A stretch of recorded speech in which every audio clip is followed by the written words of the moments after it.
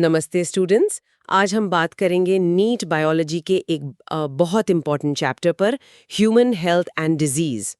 हिंदी में कहें तो मानव स्वास्थ्य तथा रोग। हाँ बिल्कुल, ये चैप्टर कॉन्सेप्ट्स और फैक्ट्स दोनों से भरा हुआ है और हमारा प्लान है कि इसको एकदम क्लियर कर दें। एग्जैक्टली हम इस चैप्टर को आसान बनाकर रिवाइज करेंगे, जो भी इम्पोर्टेंट पॉइंट्स हैं उनको हाईलाइट करेंगे ताकि सब कुछ दिमाग में सेट हो जाए। और हम बात करेंगे इंग्लिश में, मतलब कॉन्सेप्ट्स हिंदी में समझेंगे, लेकिन जो जरूरी बायोलॉजिकल और मेडिकल टर्म्स हैं वो इंग्लिश में यूज करेंगे।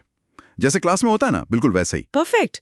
कॉन्सेप्ट्स भी क्लियर होंगे और एग्जाम के लिए टर्म्स भी याद रहेंगे। और याद रखिएगा, नीट में इस चैप्टर का वेटेज काफी रहता है, सवाल बनते ही बनते हैं। तो चलिए शुरू करते हैं। सबसे पहले हेल्थ से। सेहत, इसका असली मतलब क्या है? क्या सिर्फ बीमारी ना होना ही हेल्थ है? Good question. यही लगता है ज्यादातर लोगों को। नहीं, ये एक बहुत कॉमन मिसकंसेप्शन है। असल में WHO यानी वर्ल्ड हेल्थ ऑर्गेनाइजेशन कहता है कि हेल्थ सिर्फ एब्सेंस ऑफ डिजीज या फिजिकल फिटनेस तक सीमित नहीं है। अच्छा, तो फिर क्या है? ये एक स्टेट है complete physical, mental and social wellbeing की।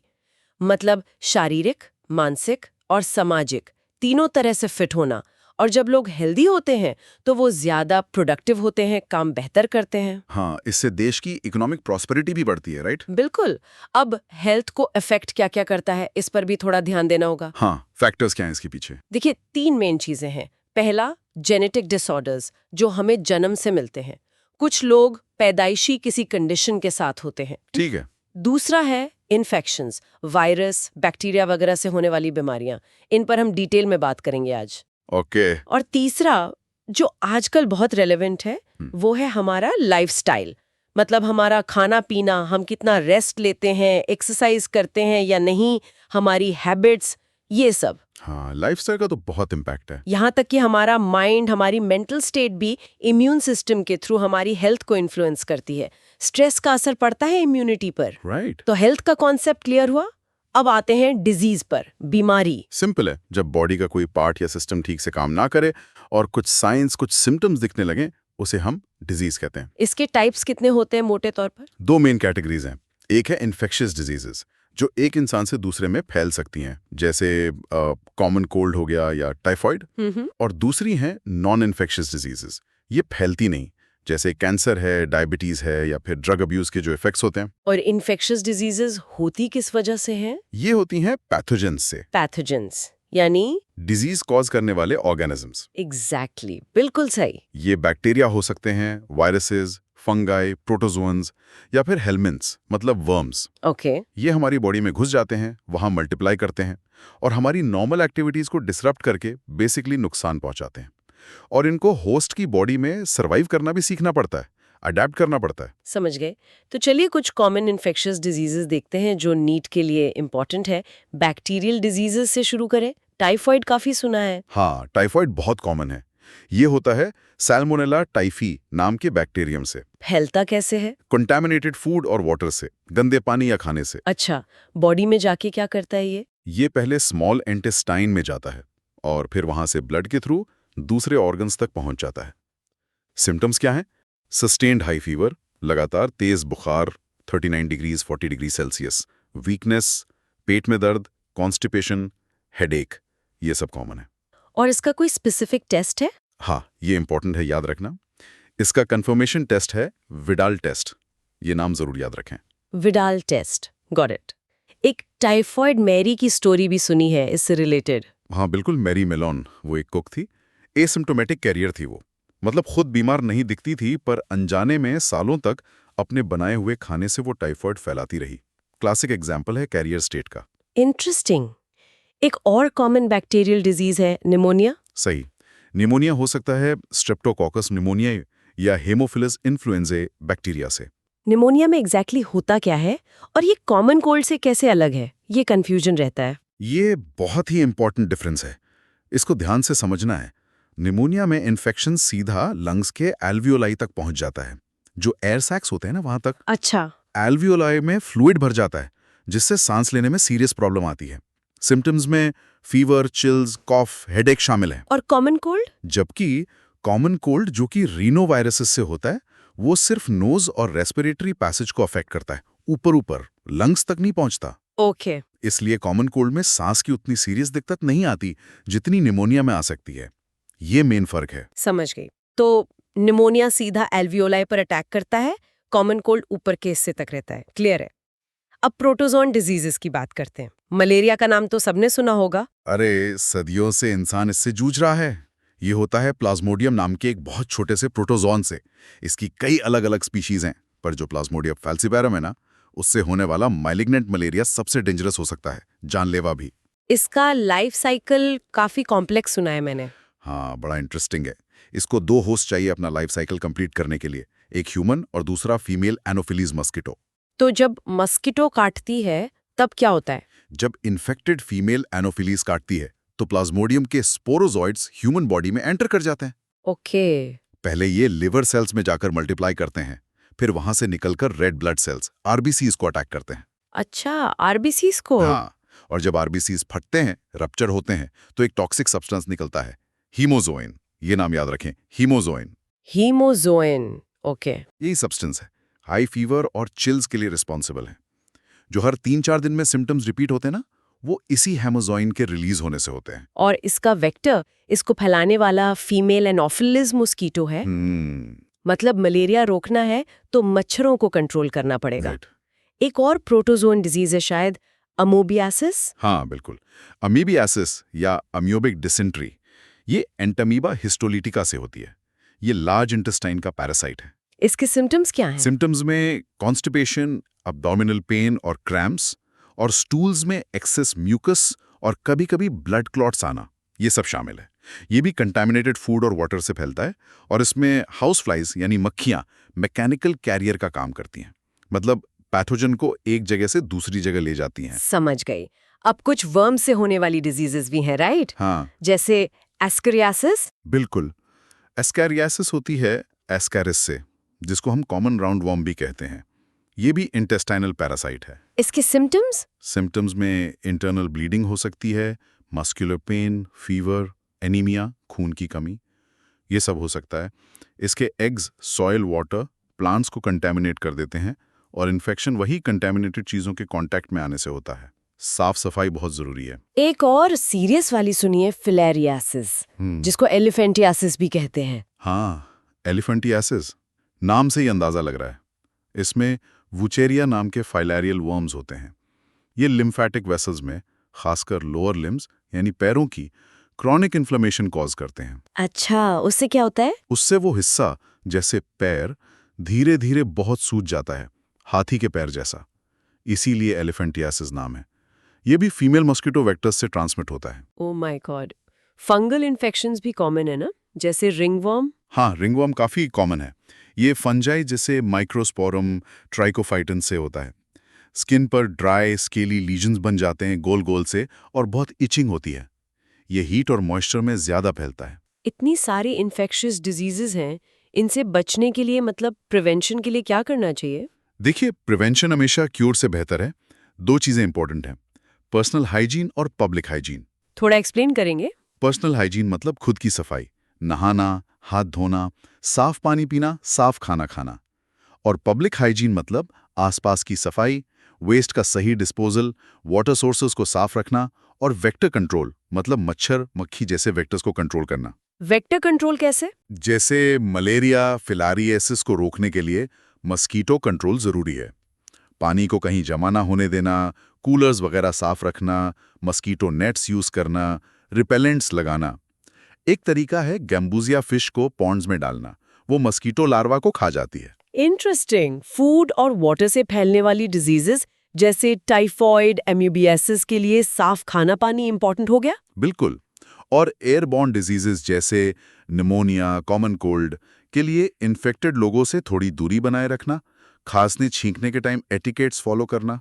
हाँ, साइंस ने भी तो काफी हेल्प की है। Vaccines, antibiotics. डेफिनेटली।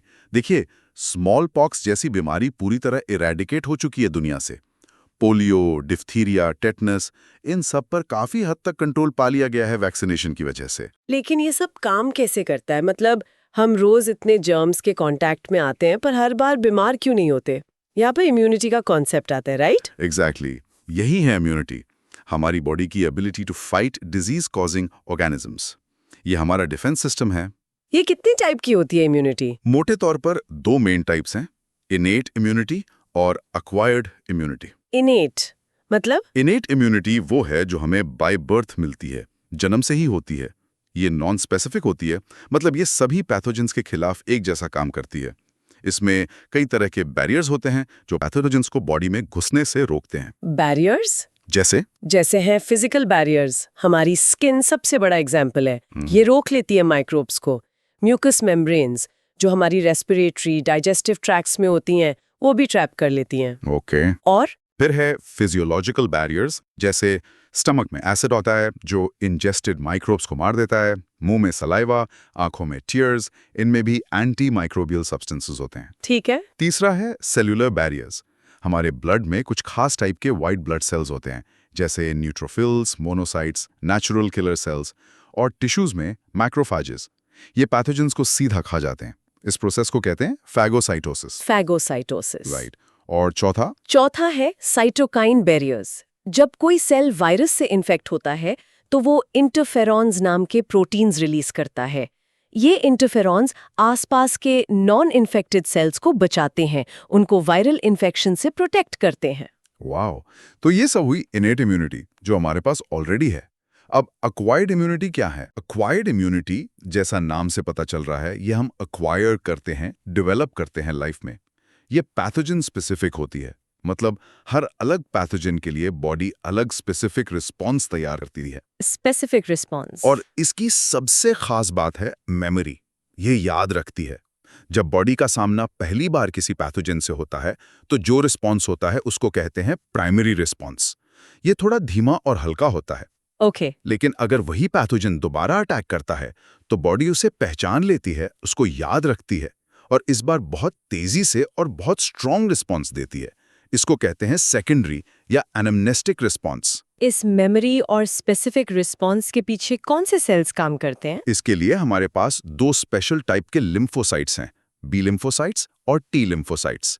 ये दोनों बोन मैरो में बनते हैं। बी और टी लिम्फोसाइट्स, इनका काम क्या है? बी लिम्फोसाइट्स का काम है पैथोजेंस के रिस्पॉन्स में स्पेशल प्रोटीन्स बनाना, जिन्हें हम कहते हैं एंटीबॉडीज।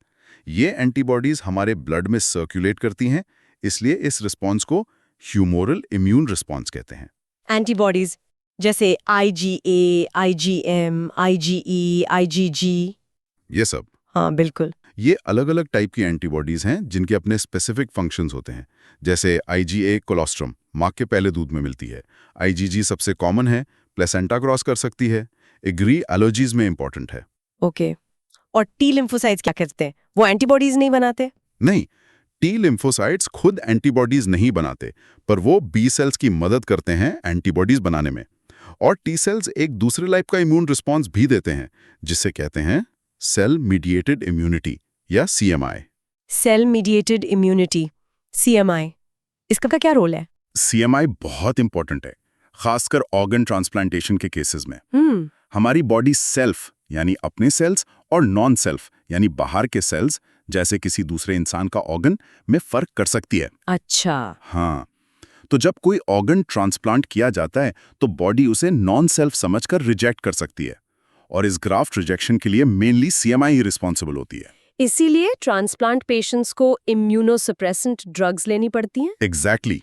उनको लाइफ लॉन्ग ऐसी दवाइयां लेनी पड़ती हैं जो उनके इम्यून सिस्टम को, खासकर CMI को, सप्रेस करके रखें ताकि ऑर्गन रिजेक्ट ना हो। Got it. एक्वायर्ड इम्यूनिटी में भी एक्टिव और पैसिव टाइप्स होते हैं, सुना है? हाँ, ये भी एक इंपॉर्टेंट डिस्टिंक्शन है।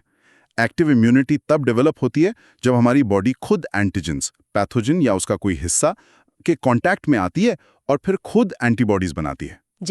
जैसे जब हमें कोई नेचुरल इन्फेक्शन होता है या फिर जब हमें वैक्सीन लगती है, इसमें बॉडी खुद काम करती है, एंटीबॉडीज बनाती है, मेमोरी सेल्स बनाती है। यह प्रोसेस थोड़ा स्लो होता है, टाइम लगता है डेवलप होने में, लेकिन ये इम्यूनिटी लॉन्ग लास्टिंग होती है। ठीक है। और पैसिव इम्यूनिटी में बॉडी को मेहनत नहीं करनी पड़ती, उसको बाहर से रेडीमेड पहले से बनी हुई एंटीबॉडीज मिल जाती हैं। इसका एग्जाम्पल? सबसे अच्छा एग्जाम्पल है न्यूबॉर्न बेबी को मदर के मिल्क से, खासकर कोलोस्ट्रम से IgA एंटीबॉडीज का मिलना, या फिर जैसे स्नेक बाइट के केस में जो एंटीवेनम इंजेक्शन दिया जाता है, उसमें भी स्नेक वेनम के अगेंस्ट प्री फॉर्म्ड एंटीबॉडीज होती हैं। अच्छा, ये इम्यूनिटी फौरन काम करती है, फास्ट एक्टिंग है, लेकिन ये शॉर्ट लिव्ड होती है। क्योंकि बॉडी ने खुद नहीं बनाई तो मेमोरी भी नहीं बनती। समझ गई। तो जो वैक्सीनेशन का पूरा कॉन्सेप्ट है वो इसी एक्वायर्ड इम्यूनिटी की मेमोरी वाली प्रॉपर्टी पर बेस्ड है। एग्जैक्टली, बिल्कुल सही पकड़ा। वैक्सीन में क्या होता है, या तो वीकेंड कमजोर किया हुआ पैथोजन होता है, या किल्ड पैथोजन होता है, या फिर पैथोजन का कोई एंटीजेनिक पार्ट जैसे कोई प्रोटीन होता है। जब ये वैक्सीन बॉडी में जाती है तो बॉडी इसको पहचान कर इसके अगेंस्ट एंटीबॉडीज और मेमोरी बी और टी सेल्स बना लेती है, बिना असली बीमारी हुए। राइट। फिर जब कभी फ्यूचर में असली पैथोजन अटैक करता है तो ये मेमोरी सेल्स उसे फटाफट पहचान लेती हैं और बहुत तेजी से ढेर सारी एंटीबॉडीज बनाकर इन्फेक्शन को कंट्रोल कर लेती हैं या होने ही नहीं देती। ब्रिलियंट। और अब तो एडवांस्ड वैक्सीन्स भी आ गई हैं। हाँ, रिकॉम्बिनेंट डीएनए टेक्नोलॉजी की मदद से अब साइंटिस्ट पैथोजेंस के एंटीजेनिक पार्ट्स को ईस्ट या बैक्टीरिया में प्रोड्यूस कर लेते हैं। जैसे हेपेटाइटिस बी की वैक्सीन इसी टेक्नोलॉजी से बनती है। ये वैक्सीन्स और भी ज्यादा सेफ मानी जाती हैं। कमाल है। लेकिन कभी-कभी इम्यून सिस्टम गड़बड़ भी तो कर देता है, ओवर रिएक्ट कर देता है, जैसे एलर्जीज में होता है। सही कहा, बिल्कुल। एलर्जी क्या है? ये इम्यून सिस्टम का एक एग्जैजरेटेड, मतलब जरूरत से ज्यादा स्ट्रॉन्ग रिस्पॉन्स है कुछ ऐसे एनवायरमेंटल सब्सटेंसेस के प्रति जो वैसे हार्मलेस होते हैं। इन सब्सटेंसेस को कहते हैं एलर्जेंस। एलर्जेंस जैसे डस्ट में माइट्स हो गए, पॉलन ग्रेन्स हो गए, कुछ एनिमल डैंडर जैसे कैट के बाल, या कुछ फूड्स भी हो सकते हैं। तो एलर्जी में होता क्या है बॉडी में? इसमें आईजीई टाइप की एंटीबॉडीज बनती हैं और ये आईजीई एंटीबॉडीज मास्ट सेल्स नाम के सेल्स पर जाकर लग जाती हैं। जब दोबारा एलर्जन आता है तो ये मास्ट सेल से हिस्टामीन और सेरोटोनिन जैसे केमिकल्स रिलीज होते हैं। अच्छा, हिस्टामीन रिलीज होता है। हाँ, और इन्हीं केमिकल्स की वजह से एलर्जी के सिम्टम्स आते हैं, जैसे स्नीजिंग, वाटरी आइज, नाक बहना, सांस लेने में दिक्कत होना। आजकल एलर्जीज बढ़ती भी लग रही हैं। हाँ, मॉडर्न लाइफस्टाइल में ये बढ़ रही हैं।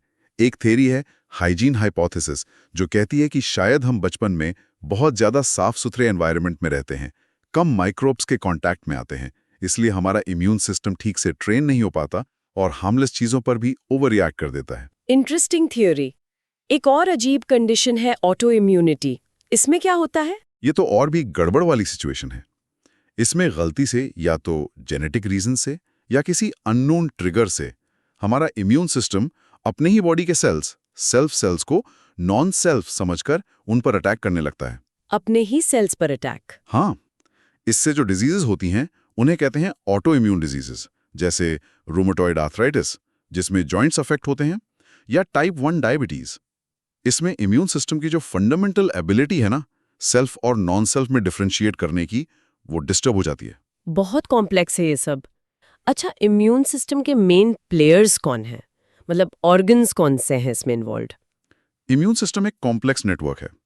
इसमें लिम्फॉइड ऑर्गन्स आते हैं, टिश्यूज आते हैं, सेल्स खासकर लिम्फोसाइट्स आते हैं, और सॉल्युबल मॉलिक्यूल्स जैसे एंटीबॉडीज आते हैं। लिम्फॉइड ऑर्गन्स कौन से हैं? इनको 2 कैटेगरीज में बांटते हैं। प्राइमरी लिम्फॉइड ऑर्गन्स, ये वो जगह हैं जहां लिम्फोसाइट्स बनते हैं और मैच्योर होते हैं। इसमें आते हैं बोन मैरो, जहां सभी ब्लड सेल्स इंक्लूडिंग लिम्फोसाइट्स बनते हैं, और थाइमस ग्लैंड, जो हार्ट के पास होती है, जहां टी लिम्फोसाइट्स मैच्योर होते हैं। बोन मैरो और थाइमस, ये प्राइमरी हो गए। सेकेंडरी कौन से हैं? सेकेंडरी लिम्फॉइड ऑर्गन्स वो जगह हैं जहां लिम्फोसाइट्स पैथोजन से इंटरैक्ट करते हैं, जहां इम्यून रिस्पॉन्स एक्टिवेट होता है। इसमें आते हैं स्प्लीन, जो ब्लड को फिल्टर करता है, ब्लड बॉर्न माइक्रोब्स को ट्रैप करता है। लिम्फ नोड्स, छोटी छोटी स्ट्रक्चर्स जो पूरी बॉडी में हैं, लिम्फ फ्लूइड को फिल्टर करती हैं। टॉन्सिल्स और मॉल्ट ये क्या है?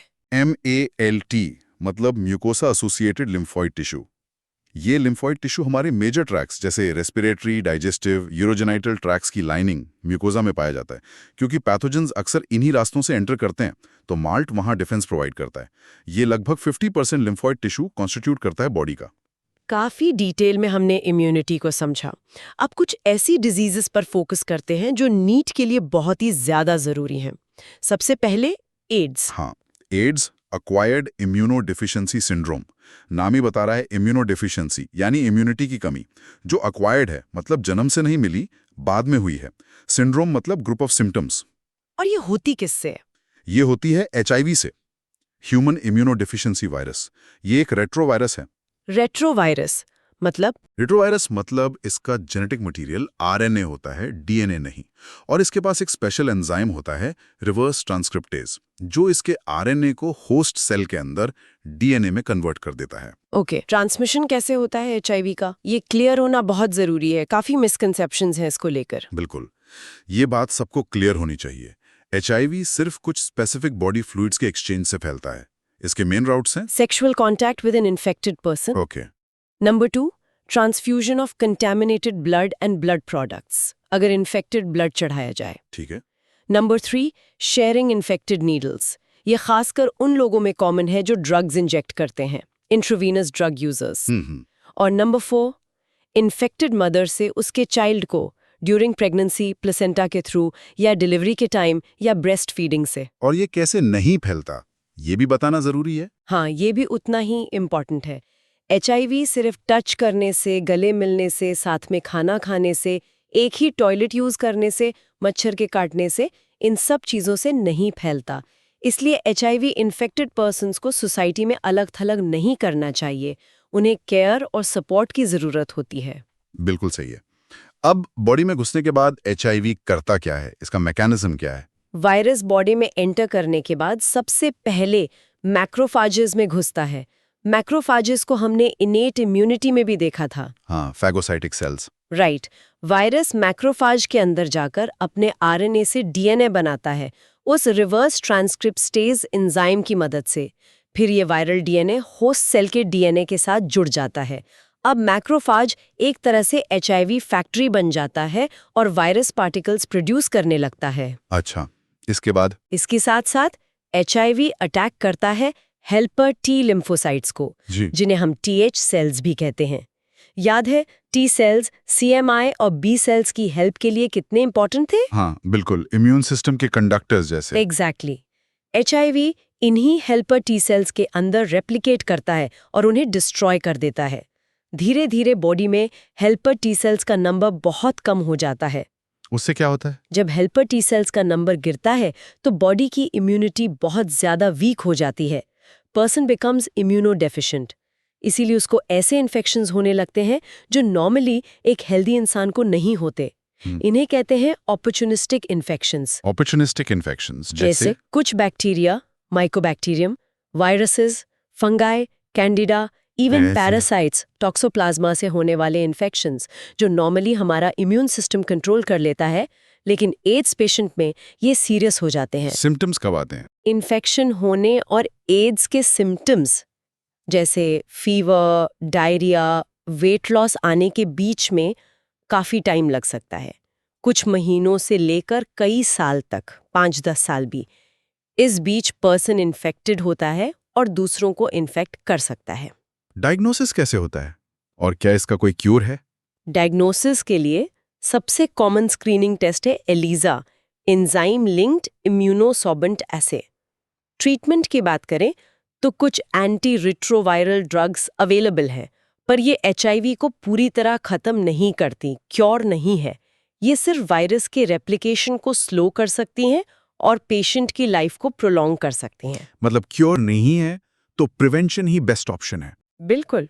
इसीलिए एड्स के केस में prevention is the best cure कहा जाता है। अवेयरनेस फैलाना, safe sex practices like using condoms, blood transfusion से पहले ब्लड की स्क्रीनिंग, डिस्पोजेबल नीडल्स का यूज करना, IV ड्रग अब्यूज को रोकना, ये सब बहुत जरूरी हैं। एक ट्रिक याद रख सकते हैं, virus, HIV, cells affected, helper T cells. Good trick. ये था एड्स। अब दूसरे मेजर टॉपिक पर आते हैं, कैंसर। ये भी एक बहुत बड़ा हेल्थ कंसर्न है। हाँ, कैंसर दुनिया भर में डेथ का एक मेजर कॉज है। बेसिकली कैंसर में होता क्या है, हमारे बॉडी के सेल्स नॉर्मली एक कंट्रोल्ड तरीके से ग्रो और डिवाइड करते हैं। ये पूरा प्रोसेस हाईली रेगुलेटेड होता है। कैंसर सेल्स में ये रेगुलेशन, ये कंट्रोल खत्म हो जाता है। वो अनकंट्रोलेबली डिवाइड करते रहते हैं। नॉर्मल सेल्स में एक प्रॉपर्टी होती है जिसे कहते हैं कॉन्टैक्ट इनहिबिशन। मतलब जब सेल्स एक दूसरे के कांटेक्ट में आते हैं तो उनकी ग्रोथ रुक जाती है। अच्छा। हाँ, लेकिन कैंसर सेल्स ये प्रॉपर्टी खो देते हैं। वो कांटेक्ट में आने के बाद भी डिवाइड करते रहते हैं और सेल्स का एक मास, एक गुठली सी बना लेते हैं जिसे कहते हैं ट्यूमर। ट्यूमर्स भी अलग अलग टाइप के होते हैं शायद। हाँ, मेनली 2 टाइप के होते हैं, बिनाइन ट्यूमर्स और मेलिग्नेंट ट्यूमर्स। इनमें क्या फर्क है? बिनाइन ट्यूमर्स यूजुअली अपनी ओरिजिनल लोकेशन पर ही रहते हैं, कन्फाइंड रहते हैं, वो आसपास के टिश्यूज में स्प्रेड नहीं करते। ये जनरली कम हार्मफुल होते हैं, हालांकि साइज बढ़ने पर प्रेशर डाल सकते हैं। और malignant tumours? Malignant tumours dangerous होते हैं। इनके सेल्स बहुत तेजी से ग्रो करते हैं, आसपास के नॉर्मल टिश्यूज को इन्वेड करते हैं, उनको डैमेज करते हैं, और इनकी सबसे खतरनाक प्रॉपर्टी होती है मेटास्टेसिस। मेटास्टेसिस? ये क्या होता है? मेटास्टेसिस वो प्रोसेस है जिसमें मेलिग्नेंट ट्यूमर से कुछ सेल्स टूटकर अलग हो जाते हैं, ब्लड या लिम्फ के थ्रू ट्रैवल करके बॉडी में दूर दूर तक पहुंच जाते हैं और जहां भी जाकर सेटल होते हैं वहां नए ट्यूमर्स शुरू कर देते हैं। ओह, मतलब कैंसर का फैलना। हाँ, यही कैंसर को इतना डेडली बनाता है। एक जगह से शुरू होकर पूरी बॉडी में फैल सकता है। कैंसर होता क्यों है? क्या वजह है इसके पीछे? कार्सिनोजेंस क्या होते हैं? जिन एजेंट्स से नॉर्मल सेल्स कैंसर सेल्स में ट्रांसफॉर्म होते हैं उन्हें कार्सिनोजेंस कहते हैं। ये कई तरह के हो सकते हैं, जैसे physical carcinogens, ionising radiations, x rays, gamma rays और non ionising radiations, UV rays. UV rays से स्किन कैंसर हो सकता है। ओके। फिर हैं केमिकल कार्सिनोजेंस, जैसे टोबैको स्मोक में मौजूद केमिकल्स जो लंग कैंसर का मेजर कॉज है। और भी बहुत से इंडस्ट्रियल केमिकल्स हैं जो कार्सिनोजेनिक हो सकते हैं। और बायोलॉजिकल? हाँ, बायोलॉजिकल कार्सिनोजेंस भी होते हैं। कुछ वायरसेस होते हैं जिन्हें ऑन्कोजेनिक वायरसेस कहते हैं, जो कैंसर कॉज कर सकते हैं। इसके अलावा हमारे नॉर्मल सेल्स में भी कुछ जीन्स होते हैं जिन्हें सेलुलर ऑन्कोजीन्स या प्रोटो ऑन्कोजीन्स कहते हैं। अच्छा, नॉर्मल सेल्स में भी? हाँ, ये नॉर्मली सेल ग्रोथ को कंट्रोल करते हैं, लेकिन कुछ कंडीशंस में जैसे म्यूटेशन से या किसी कार्सिनोजन के एक्सपोजर से ये एक्टिवेट हो जाते हैं और सेल को कैंसरस ट्रांसफॉर्मेशन की तरफ ले जा सकते हैं। समझ गई। कैंसर को डिटेक्ट कैसे किया जाता है और इसका ट्रीटमेंट क्या है? कैंसर डिटेक्शन के लिए कई मेथड्स यूज होते हैं। सबसे इंपॉर्टेंट है बायोप्सी। इसमें सस्पेक्टेड टिश्यू का एक छोटा सा पीस लेकर माइक्रोस्कोप के नीचे एग्जामिन किया जाता है। हिस्टोपैथोलॉजिकल स्टडीज, अगर कैंसर सेल्स मिलते हैं तो कंफर्म हो जाता है। और इमेजिंग टेक्निक्स? हाँ, इमेजिंग टेक्निक्स जैसे CT scan, computer tomography, MRI, magnetic resonance imaging, X-rays भी यूज होते हैं इंटरनल ऑर्गन्स के कैंसर्स को डिटेक्ट करने के लिए। सीटी और एमआरआई से 3D इमेजेस मिलती हैं जो बहुत हेल्पफुल होती हैं। ल्यूकीमिया ब्लड कैंसर के लिए ब्लड और बोन मैरो टेस्ट किए जाते हैं। कुछ कैंसर्स के लिए स्पेसिफिक एंटीबॉडीज या ट्यूमर मार्कर्स का भी यूज होता है डिटेक्शन में। और ट्रीटमेंट डिपेंड करता है type of cancer, stage of cancer और पेशेंट की हेल्थ पर। कॉमन अप्रोचेस हैं सर्जरी, इसमें ट्यूमर को सर्जिकली रिमूव कर दिया जाता है। ओके। रेडियोथेरेपी, इसमें ट्यूमर सेल्स को हाई एनर्जी रेडिएशन जैसे एक्स-रेज से टारगेट करके डिस्ट्रॉय किया जाता है, जबकि आसपास के नॉर्मल टिश्यूज को बचाने की कोशिश की जाती है। ठीक है। कीमोथेरेपी, इसमें specific drugs, chemotherapeutic agents use की जाती हैं जो कैंसर सेल्स को किल करती हैं। ये ड्रग्स पूरी बॉडी में सर्कुलेट करती हैं, इसलिए ये मेटास्टैटिक कैंसर के लिए यूजफुल है। लेकिन इनके साइड इफेक्ट्स भी होते हैं जैसे हेयर लॉस, एनीमिया, क्योंकि ये दूसरे रैपिडली डिवाइडिंग सेल्स को भी अफेक्ट करती हैं। हाँ, सुना है इसके बारे में। और कोई नया अप्रोच? हाँ, अब इम्यूनोथेरेपी भी एक प्रॉमिसिंग अप्रोच है। इसमें पेशेंट के इम्यून सिस्टम को ही बूस्ट किया जाता है या मॉडिफाई किया जाता है ताकि वो कैंसर सेल्स को पहचान कर उन्हें डिस्ट्रॉय कर सके, जैसे अल्फा इंटरफेरॉन का यूज। अक्सर इन ट्रीटमेंट्स का कॉम्बिनेशन यूज किया जाता है बेस्ट रिजल्ट्स के लिए। और सबसे इंपॉर्टेंट बात, अर्ली डिटेक्शन से क्योर के चांसेस बहुत बढ़ जाते हैं। राइट, अर्ली डिटेक्शन इज की। अब हम अपने आखिरी इंपॉर्टेंट टॉपिक पर आते हैं, ड्रग एंड अल्कोहल अब्यूज। ये भी एक बहुत बड़ी समस्या है, खासकर युवा पीढ़ी में। बिल्कुल, ये एक सीरियस सोशल और हेल्थ प्रॉब्लम है। कॉमनली अब्यूज ड्रग्स की बात करें तो कुछ मेजर ग्रुप्स हैं। पहला है ओपियोइड्स। ओपियोइड्स जैसे? ओपियोइड्स हमारे सेंट्रल नर्वस सिस्टम यानी सीएनएस और गैस्ट्रोइंटेस्टिनल ट्रैक्ट में स्पेसिफिक रिसेप्टर्स पर बाइंड करते हैं। हेरोइन, जिसे कॉमनली स्मैक कहते हैं, एक ओपियोइड है। ये केमिकली डायएसिटिल मॉर्फिन है, जो कि मॉर्फिन के एसिटिलेशन से बनती है। मॉर्फिन पेपावर सोम्निफेरम यानी ओपियम पॉपी प्लांट के लेटेक्स से निकाला जाता है। हेरोइन एक डिप्रेसेंट है और बॉडी फंक्शंस को स्लो डाउन करती है। ओके, दूसरा ग्रुप? दूसरा ग्रुप है कैनाबिनॉइड्स। ये भी कैनबिस सटिवा प्लांट के इन्फ्लोरेसेंस, लीव्स, रेजिन से मिलते हैं। इससे मैरिजुआना, हशीश, चारस, गांजा जैसे प्रोडक्ट्स बनते हैं।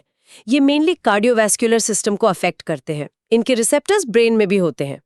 ठीक है, और? तीसरा इंपॉर्टेंट ग्रुप है कोका एल्कलॉइड्स या कोकेन। ये एरिथ्रोजाइलम कोका प्लांट से मिलता है, जो साउथ अमेरिका का नेटिव है। कोकेन, जिसे कोक या क्रैक भी कहते हैं, एक पोटेंट सीएनएस स्टिमुलेंट है।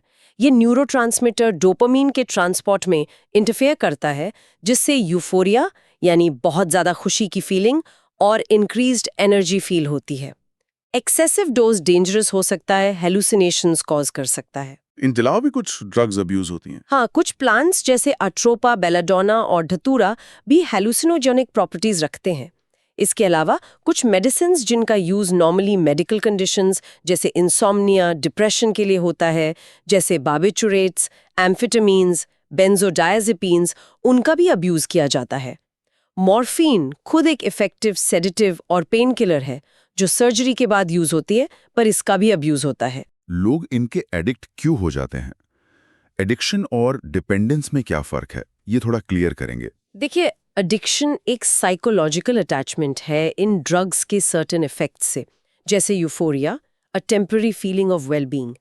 एक कंपल्सिव ड्रग सीकिंग और यूज बिहेवियर डेवलप हो जाता है, भले ही उसके हार्मफुल कॉन्सिक्वेंसेस पता हों। ओके, और डिपेंडेंस? डिपेंडेंस तब होती है जब बॉडी ड्रग की इतनी आदी हो जाती है कि अगर उसका रेगुलर डोज बंद कर दिया जाए तो एक कैरेक्टरिस्टिक और यूजुअली अनप्लेजेंट विड्रॉल सिंड्रोम शुरू हो जाता है।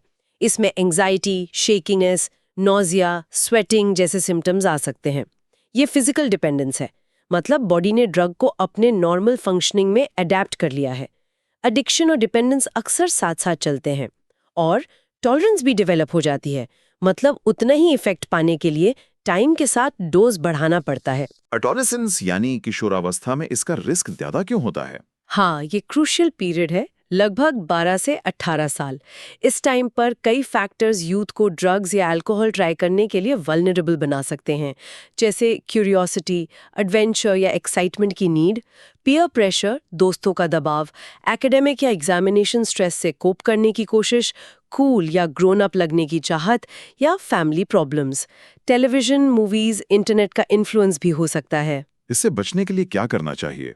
प्रिवेंशन स्ट्रैटेजीज क्या हैं? प्रिवेंशन हमेशा क्योर से बेहतर है, यहाँ भी ये बात एकदम सही है। कुछ की स्ट्रैटेजीज है।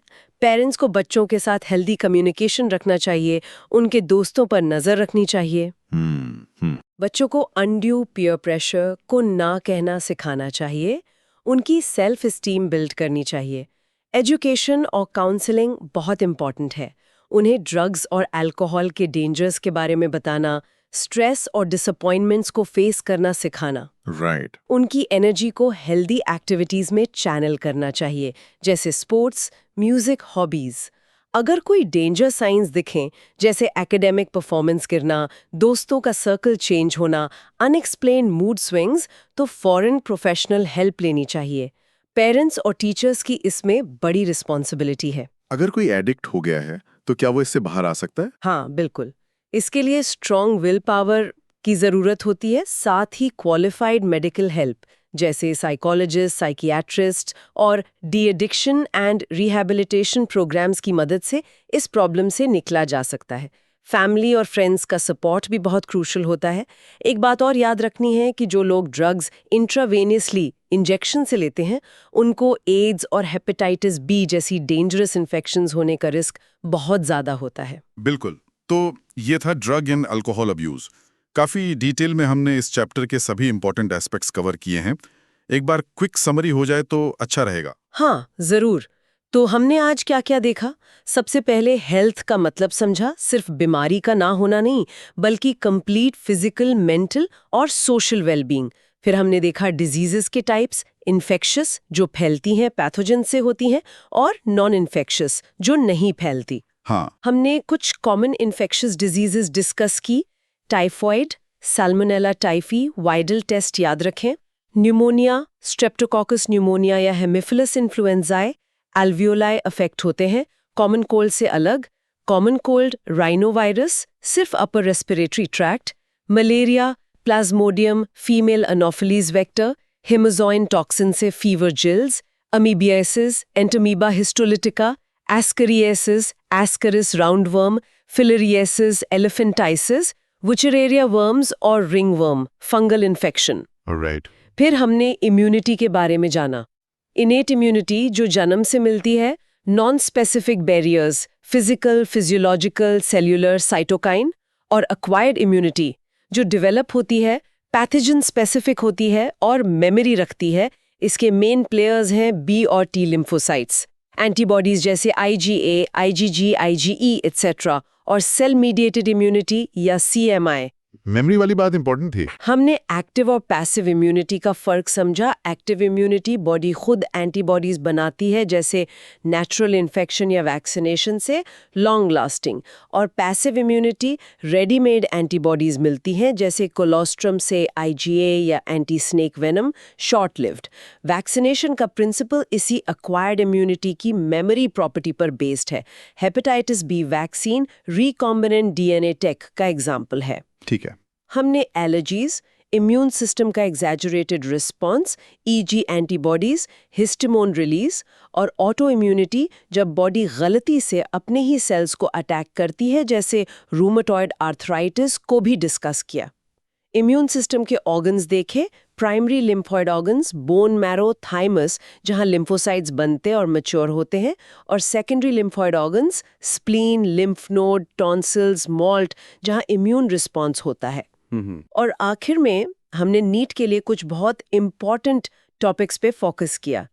एड्स, कॉज, HIV एक रेट्रोवायरस, ट्रांसमिशन के routes, sexual contact, blood, needles, mother to child, mechanism, helper T cells को अटैक करता है, इम्यूनिटी वीक होती है, डायग्नोसिस, एलाइजा टेस्ट, और प्रिवेंशन सबसे जरूरी क्योंकि क्योर नहीं है। Trick, virus, HIV, cells affected, helper T cells.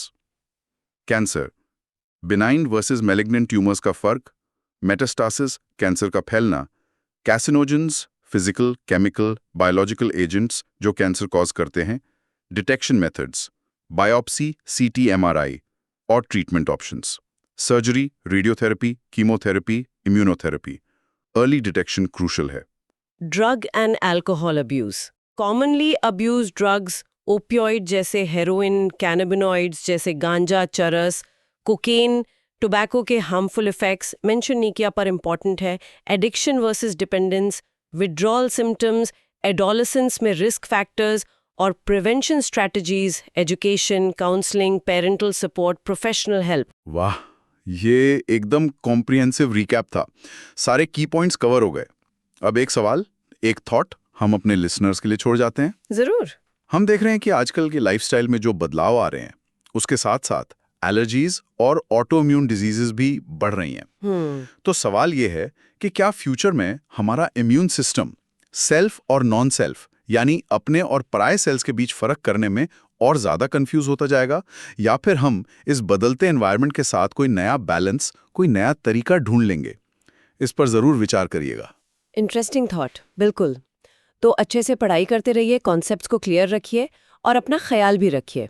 All the best for your exams.